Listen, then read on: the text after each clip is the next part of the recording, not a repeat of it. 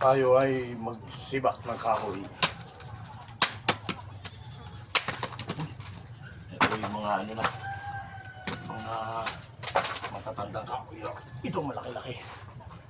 Ano ba yung kahoy ito? Ay ano, kaya puno ng katuray. Ayan. Sira.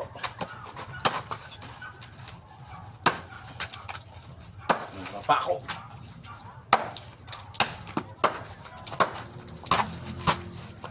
Tigas. Wow, matigas pala ang ilalim nito.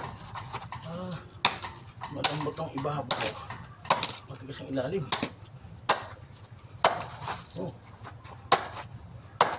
Pwede palang pang ano ito. Walang matigas sa pako.